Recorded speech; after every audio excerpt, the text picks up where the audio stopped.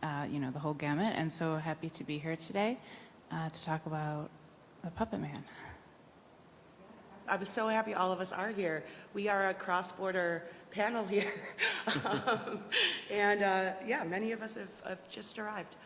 So the name of this panel is In Focus and On Location. We're focusing on this amazing film, The Puppetman, that really is shot entirely pretty much in the city of Buffalo with a tiny bit in the outskirts. So I guess I would want to maybe start off by just saying, what attracted you to shooting in Buffalo, Brandon, and how is the landscape part of the character and part of the story here? So I'd actually never been to Buffalo other than just like flying to get to Toronto before this. And originally the plan for the producers were to actually film it in Serbia. And then I believe that the producers talked to you, and Rich was just instrumental to bringing the film here because it's a college campus film, so it takes place, mostly on a college campus. There's some other locations like prisons and stuff like that. But I just remember driving, and one of the producers called me, and he's like, "Hey, we're not going to Serbia. We're shooting in Buffalo, because Buffalo State's letting us shoot on their campus. There's a prison that we can use." And it was just for me, it was great because I've got family. I didn't want to. It was kind of a challenge to fly across the world to shoot a movie, just time zone, being with the kids and everything like that. So I totally welcomed it because it was only a 3-hour difference from me, and that was nice. And then when I got here and I started driving around in location scouting, it was immediately apparent how beautiful this place is. Just the texture, the buildings. I mean, the building that we're in right now, it's insane.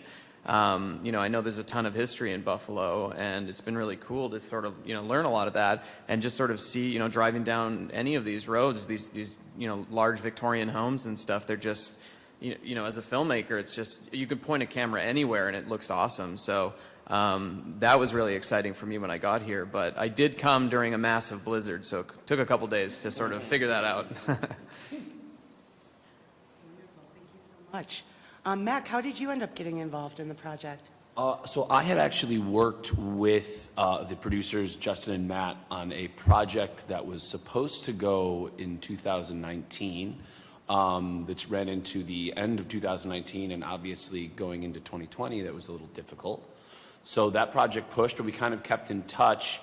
And when things started to kind of calm down after COVID, they're like, "Hey, do you want to help us out with this thing? We're thinking about either Serbia or Buffalo." And I said, "Well, let me try and sell you on Buffalo."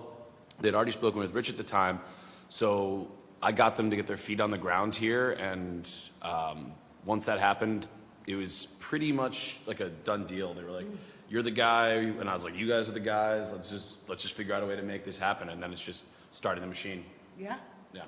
Awesome. So, do you mind talking a little bit more about where we are in the film? I mean, the different locations. We've got Buffalo State. Yeah, we kind of were all over the place. So our main home base was at Buffalo State because we shot probably close to 7 days there, I think, just in different locations. We shot 5 days at the Buffalo FilmWorks, the big studios where like A Quiet Place 2 shot, and that was awesome just because of the, I don't know if you go there, just the space that they have. Those stages are absolutely massive. Like there's some of them that are 2 football fields in length, and you just walk in and it's kind of hard to wrap your head around it. But we didn't need that much because we're a pretty small indie. But we were in Woodlawn. We shot there for a diner. We went to Lockport and shot. Mac kind of saved the day with that one, getting us a rooftop in Lockport last minute. Oh, the rooftop. Yeah. No spoilers. Yeah. So that was a big one. The Robert Rich Bridge by the Peace Bridge, we shot there for a night, a very horrible night. Where else did we shoot? LaSalle Park. Oh, I'm sorry, formerly LaSalle Park, now. The Colonel Ward pumping station. Yeah, the pumping station. Oh, yeah, That for served sure. as one of the prison exteriors. Right, yeah, the pumping, yeah, that was cool too. And we came back in December and shot some more there. And then there was a Rock's house. Yeah. That's on Delaware. Delaware. On Delaware. Massive. I mean, you walk in and it feels like you're in a 1930s hotel. It's a house. It's crazy.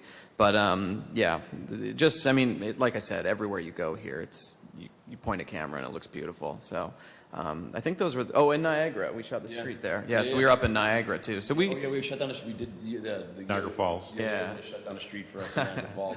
Yeah, we shut down a street and had a fire truck like wet the street for us. So that was pretty cool.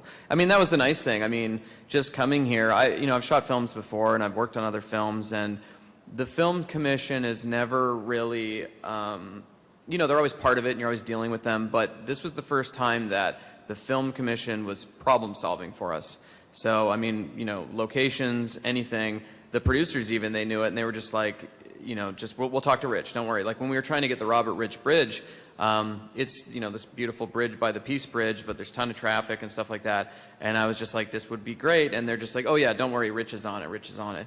So, when you're making it, and that's at the end of week one, you're just like, you just have to trust the system. And I mean, every time we did it, Rich would always come through, and he would land those locations, or he would get those things. And so, I had heard from talking to other people that,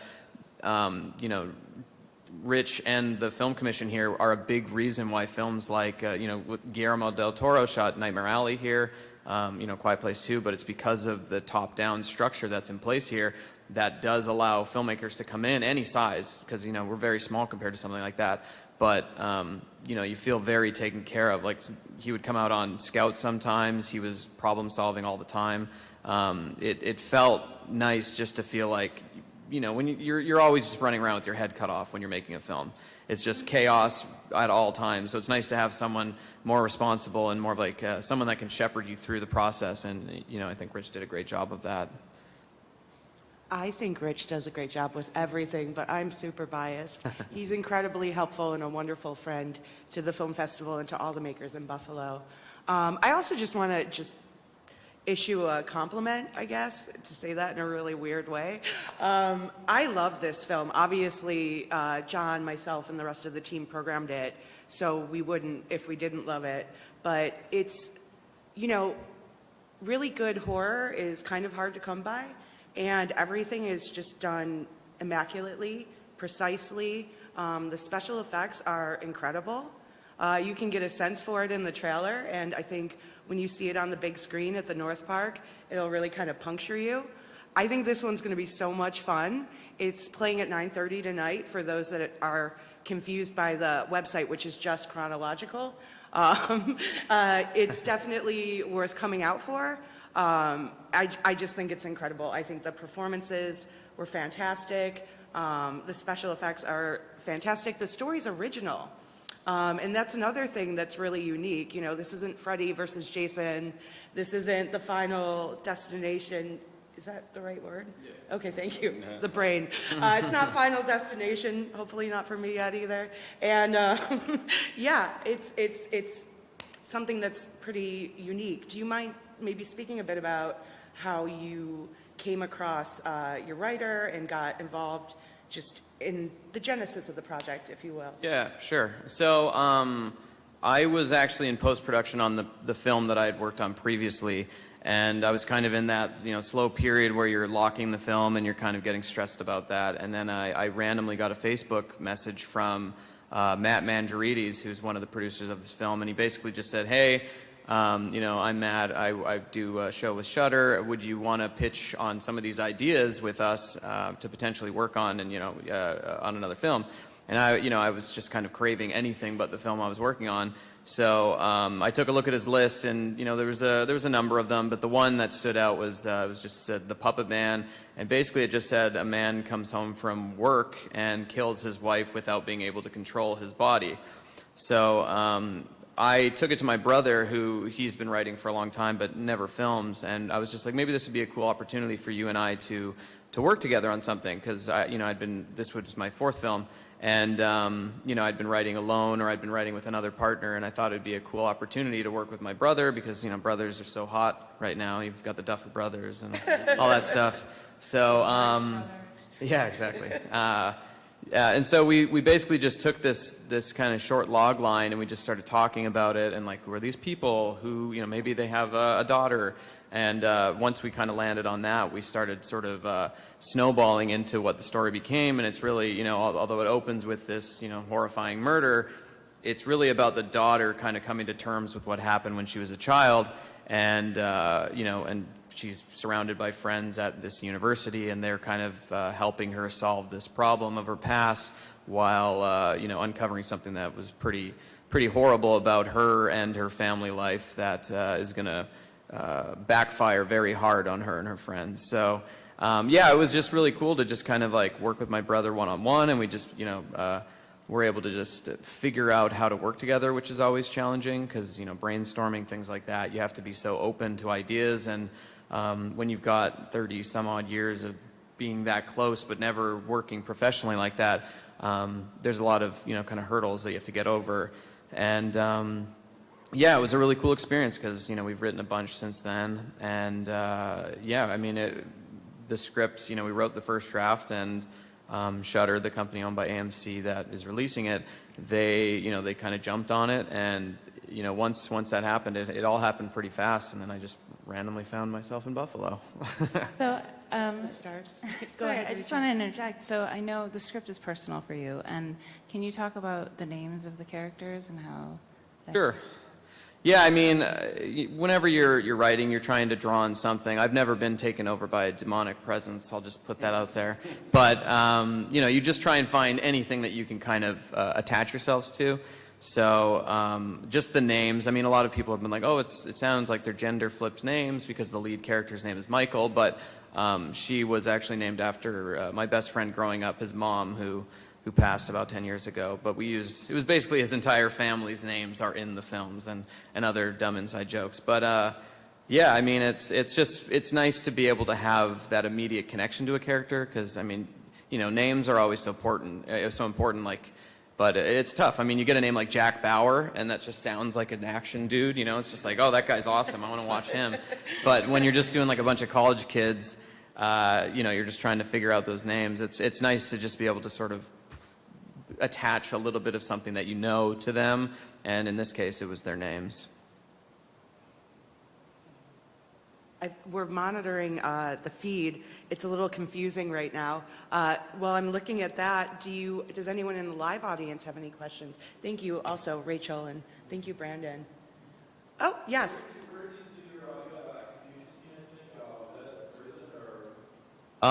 So that was one of the things that Rich had for us, was a prison, and we went out there to scout it, but the building that was available to us, which we got to tour, was empty. Like it hadn't been used for a while. There was still an active wing of the prison, but the one that we went to was completely empty, and it was kind of a discussion like, if we film here, we got to bring everything, and it wasn't very close. Where was that?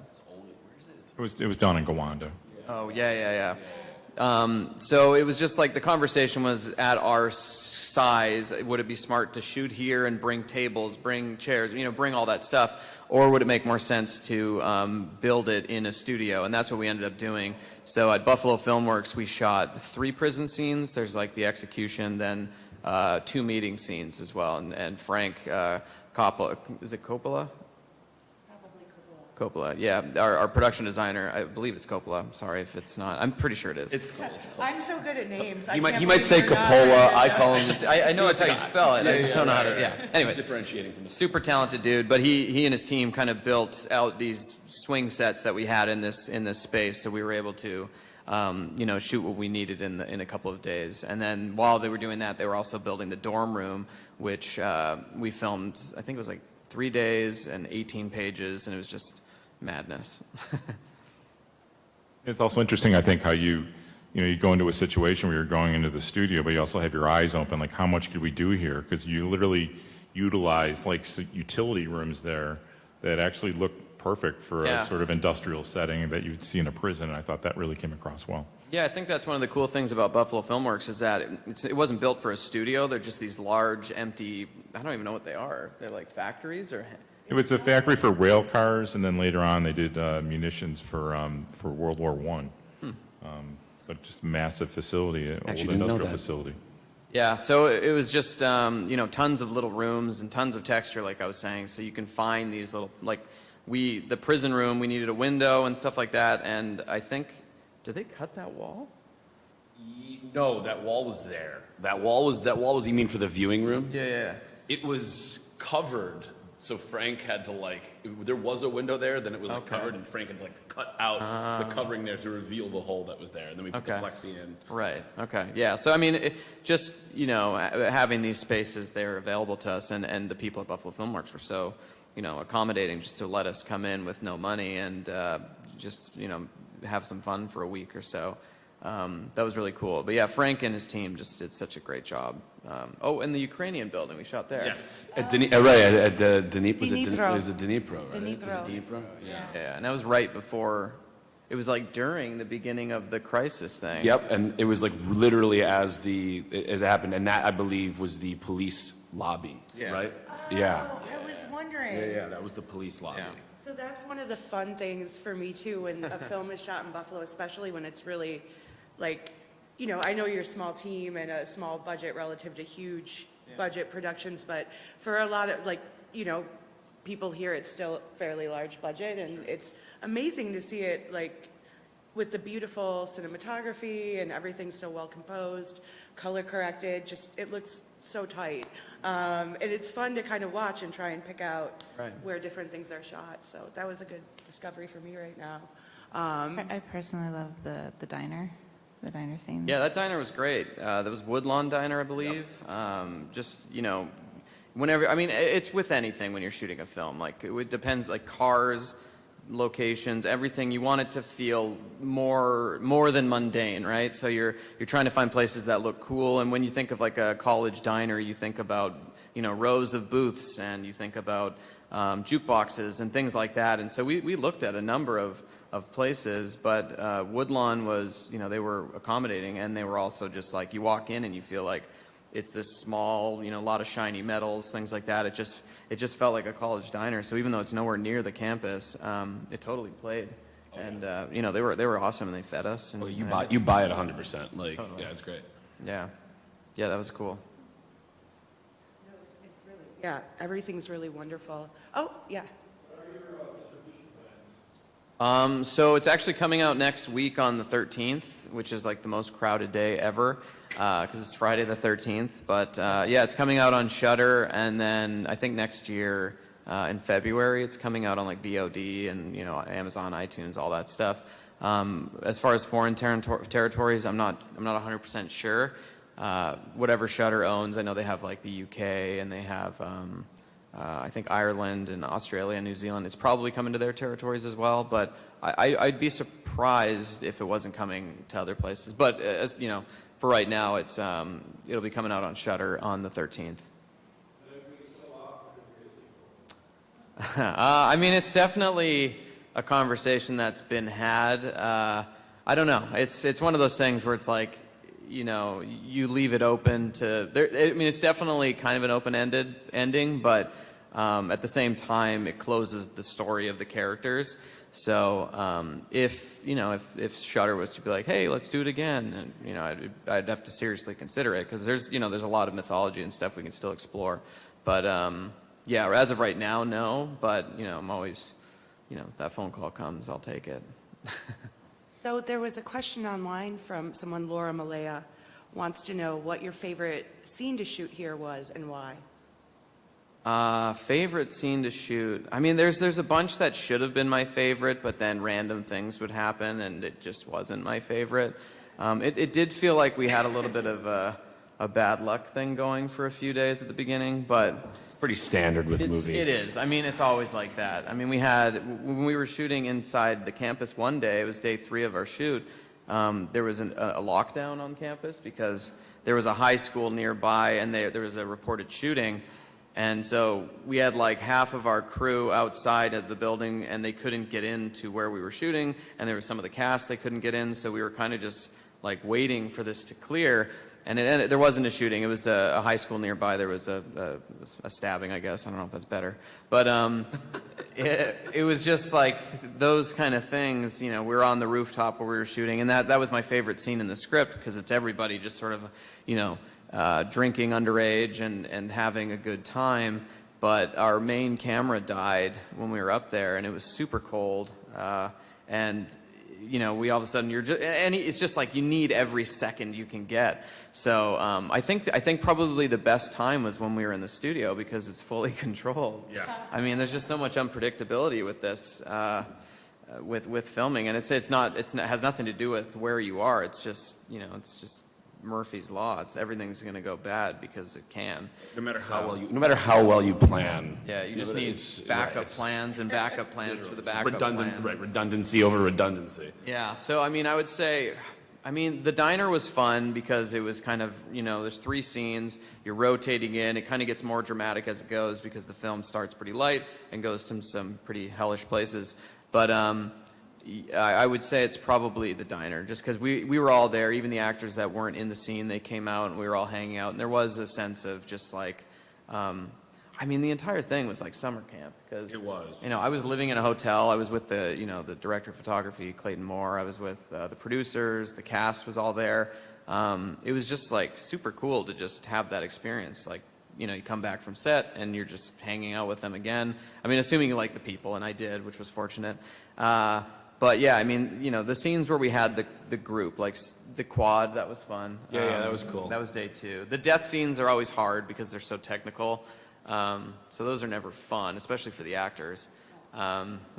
Just because they have to put a lot into that emotionally. But yeah, there was a number. I make it sound like, there's a lot of bad days. The VFX plate for the burning. That was fun. That was fun. That was fun. So yeah, there's a... Not for the crow, for the fire scene. Okay. Yeah, okay. so we burn a woman to death because you do that sometimes. And we shot her performance in the library, and we couldn't obviously start a fire in the library because it's, against the rules, I guess. But we rebuilt the setup in the studio at Buffalo FilmWorks, and I think Matt built this chicken wire like maquette. The producer, by the way. Like this chicken wire maquette of like the top half of a body, and then we positioned it over the fire that we started, which was terribly, like, not safe at all. Enclosed space with fire and kerosene. It was safe enough. Yeah, it was fine. We're all here. But yeah, we just sort of like reshot the scene and all the shots with the live fire so I could comp it in on top of the footage of the girl struggling. And that was the big thing going into the film that I was terrified of, executing. But it worked out crazy. Oh yeah, it looks great. Yeah, looks it worked great. fine. You can't show it in the trailer because it's pretty gruesome. Yeah, but I think it's in there. Is it? The trailer is Everything's intense. in there. It's actually like, it frightened a couple people that were on some of our teams. Nice. It was good. That's the plan. That's good. What was the question?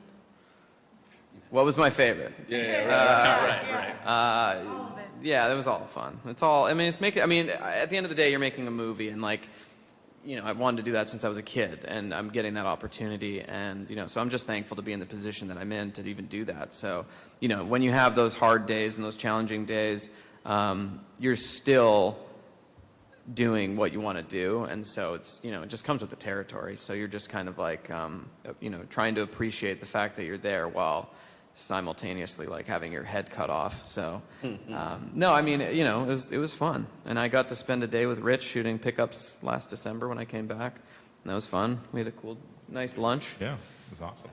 Yeah, so the entire experience. Buffalo's been super welcoming, and I don't know how often I'll be back, but it's definitely a big part of my life. 2 years of my life been working on this film, so yeah. The question is, yes, it was all good. I enjoyed it all. Well, thank you, and thank you, Laura, for your question. We see one in the back, yeah?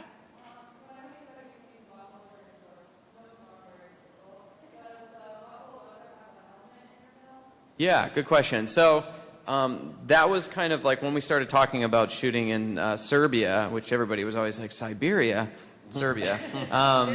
Yeah, you look at the winter there. The film was, it was kind of timed to be in the winter, and I think aesthetically just snow is so beautiful. Like it's got this isolated feeling. It's very melancholy, just like seeing someone walking down a street, an empty street that's lit by sodium vapor. It's just incredibly cinematic. So, knowing that we were going to be shooting in the winter in Buffalo, that was an exciting thing for me. But I mean, as you know, Buffalo weather is very unpredictable. You know, I'm from Calgary, Alberta, and it's crazy unpredictable there too. So when we got here, I mean, I flew in during a blizzard, and it was just, you know, we drove around the campus and I took footage, and the snow plows were as high as the school signs, and it looked amazing, and it was just like, oh, this is so cool. So when we started filming, there was a ton of snow, but then by day 4, it was pretty much mostly gone. And so, you know, when you're just trying to think from a continuity perspective, like how do you do that? You just sort of, no one, I don't think anyone really knows, but we have this really cool title sequence where there's just, you know, shots of the campus, and we shot that the day before production, where me and Clayton, the cinematographer, we just went to the school and just walked around with a tripod and the camera, and we just took these shots, and it was just like blizzarding, and it looked so incredible. So I think just having that as sort of like a mood setter at the beginning with the credits and the music, and there's this podcast running over it, it kind of tells the audience like, hey, this is the vibe, even if the rest of the film doesn't quite match that vibe. But I mean, personally speaking, it's such a cool look that it's hard to shoot in, which is why people probably don't do it a lot. But yeah, you know, like Girl with the Dragon Tattoo is a winter movie, and that, you know, it's so gorgeous. Absolutely, and I love how you can see Michael's nose is pink. You can see breath.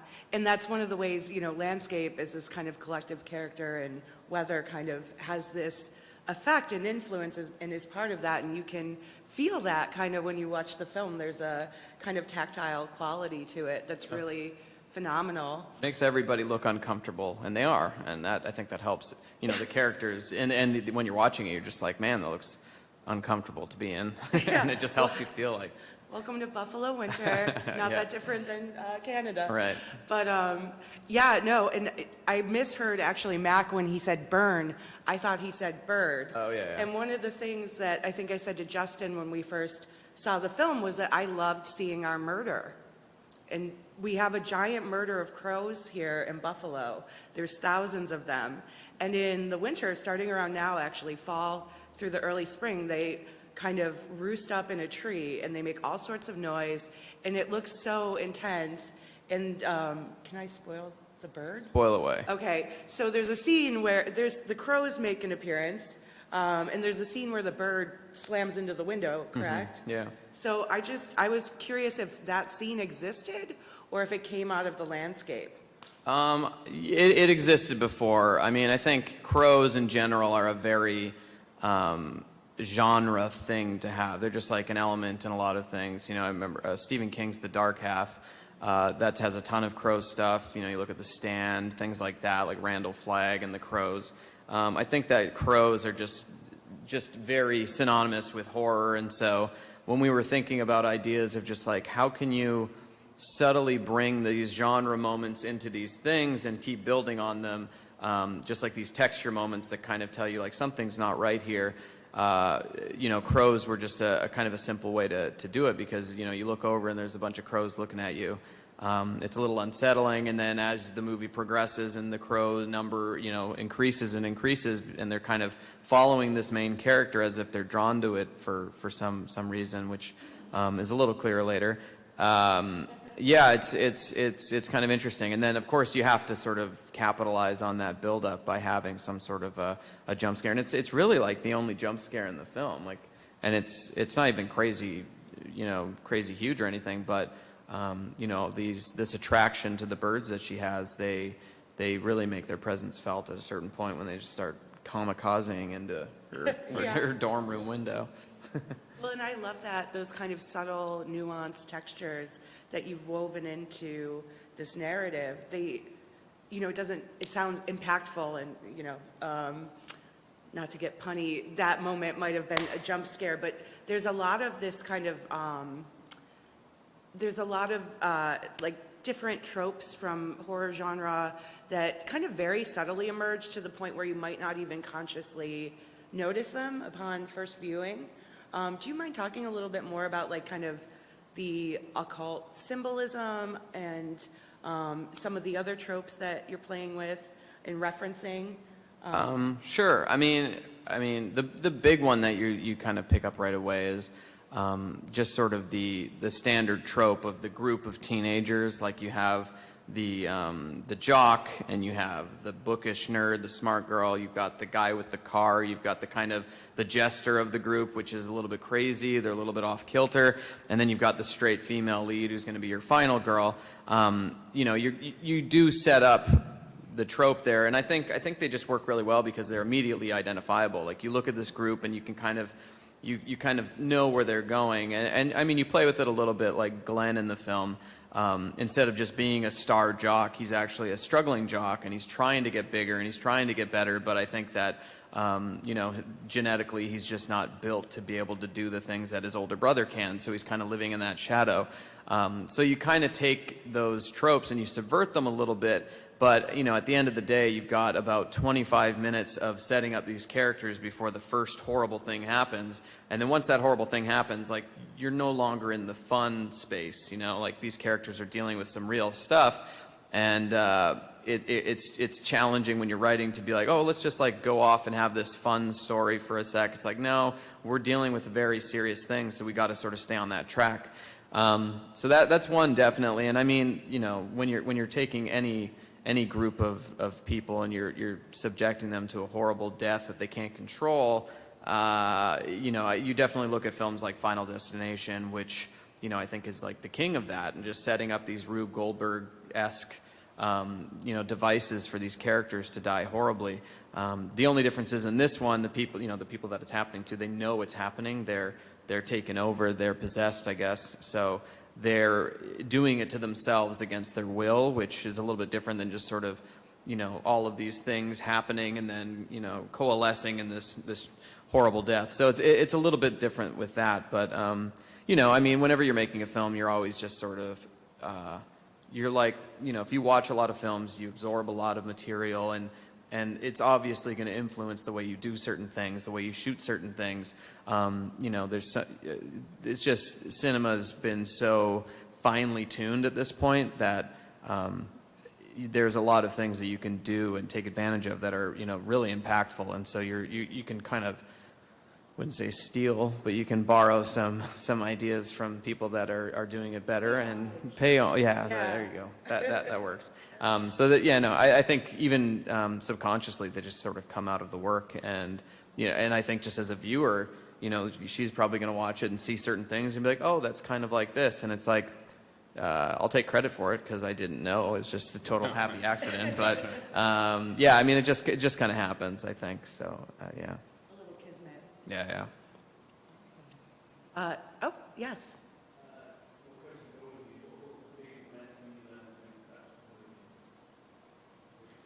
Don't shoot in the winter. No, that's not. Great because of it. Yeah, no. I've been talking a lot. I'll let other people start with this one. What did you learn, Rich? I don't know. I mean, I don't know if it was a lesson, but I think, you know, you talk about the problem solving. Like our jobs, you know, a lot of it is creative, but it's creative problem solving a lot of times. So it was, you know, trying to meet the needs of the production, but also kind of, you know, take advantage and utilize assets that we had. Like, for instance, at the campus, you know, it was sort of a perfect marriage in some ways because we were able to incorporate the television film arts program there, where we actually had students on campus that were able to be a part of the production through a volunteer, through an internship. And then you have this perfect college campus. I think one of the unique things about Buffalo State is, you know, you see the front of Buffalo State College, which is, you know, just around the corner here, and you're in that first quad and the first section that was built on the campus, and you instantly know you're on a college campus. It's not, you know, it's not your hope, you're trying to fake it. I mean, you're there, and you have it on multiple angles, which I think is an interesting aspect of that. But to be able to go in there and set up there, you know, for me, and from the film office perspective, you know, I'm trying to negotiate and navigate, like, you know, you got the city bureaucracies and you have like the campus bureaucracies, and, you know, we had the fortunate, you know, thing happen to us that we were able to go into a building that was in between being remodeled and construction. So they basically had the use of the entire classroom building, which wasn't easy to get into at first, but once we cut through everything, you know, it was a pretty cool set location. And, you know, between the the lecture hall and everything else. I mean, there was a lot that was offered there, and it was the production office for a while. So Right. I thought that was cool. But it was just, having these things sort of meet and these opportunities meet, and they benefit all the parties in the end. And, in the end, my job is about economic development. It's about getting people jobs and opportunities. And, a lot of chances like this, like on a film like this, it's a great film, but it was also a first opportunity for many of the people that were on it. And, those opportunities are priceless if they can happen. I think I learned that if you have the opportunity, you should work with a director who's also a VFX wizard, because when they say they can fix it in post, they mean it.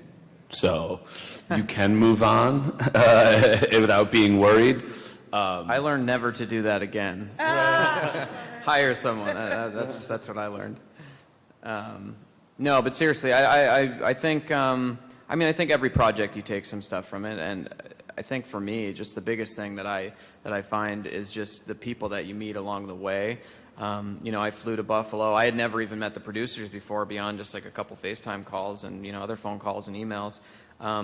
But you spend 8 weeks with these people, and in the course of the film itself, it's pretty short. Like the writing's going to take several months, maybe longer. The shooting is 4 weeks of prep, 4 weeks of shooting, and then the post-production is just like this one took a year and a few months, and it's a lot. But the time that you spend so close with these people, and most of them are strangers. I mean, pretty much all of them were for me. You still form all these bonds where, when I'm coming back to Buffalo for the festival and I email everybody on the crew and be like, hey guys, we're playing, and you get that enthusiasm because they remember the experience and they're coming back and they're just saying, everybody's RSVPing for this thing because they want to see what they did. They want to see, hey, what did we do on this shoot when we shot the Puppetman? That's just kind of like a continuing thing for me. Every film I do, I try and leave it in a place where I've made new, connections with people that I can, call out of the blue for a favor, or they can call me for a favor. And you're just, I'm a big people person, and I like to meet new people and work with new people and sort of exploit their skills and learn new skills and learn about myself. And it's cool to find people that you can, that you can do that with. And, we had a pretty massive crew on this film.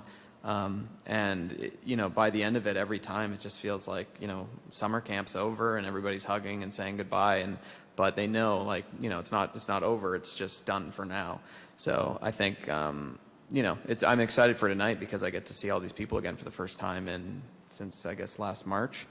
It's just cool. It's just gonna be exciting to go out and, say hello, get caught up, and just sort of show them what we did together. Because that's, at the end of the day, that's what they're all there to do, to see what we're showing tonight. Got a question up there? Oh, yes. I don't know, maybe you did, sorry, but can you talk about your budget and what did you spend most on your budget? And how did you get Buff State? Is it free, or what did that look like? I'll pass that off. I think Rich and I can take it. As I was line producing the movie, Buff State was very accommodating with us as a shoot. They knew that we were a smaller production, and the Film Commission worked some form of voodoo magic to make it as financially possible for us to shoot there. I don't remember what the number was, but it was more than accommodating for the. The budget of the film was under $1 million. It was The budget of the film was under $1 million, and and with budgets like this that are like this tight, and I know it's crazy when people hear that. It's like $1 million is a ton of money. Ask Brandon, ask Rich, ask anyone who's been a part of a movie. They know that $1 million in a movie can go away very quickly, and without even wasting it. It's just, when you have a large crew of people, there's just hard costs. It costs money. You want to pay people a fair wage. You want to make sure your actors are happy and well accommodated. You want to make sure that everything that you're buying is when you can, the best quality possible. It costs money to put gas in cars, and that adds up. And that, again, sounds like $1 million can go away quickly. So when you have a community like ours, which is so friendly, they have like a built-in understanding, especially because this is a large, I mean, obviously Brandon's coming in from out of town, but this is mostly a local production. I mean, all of our crew minus the DP, right?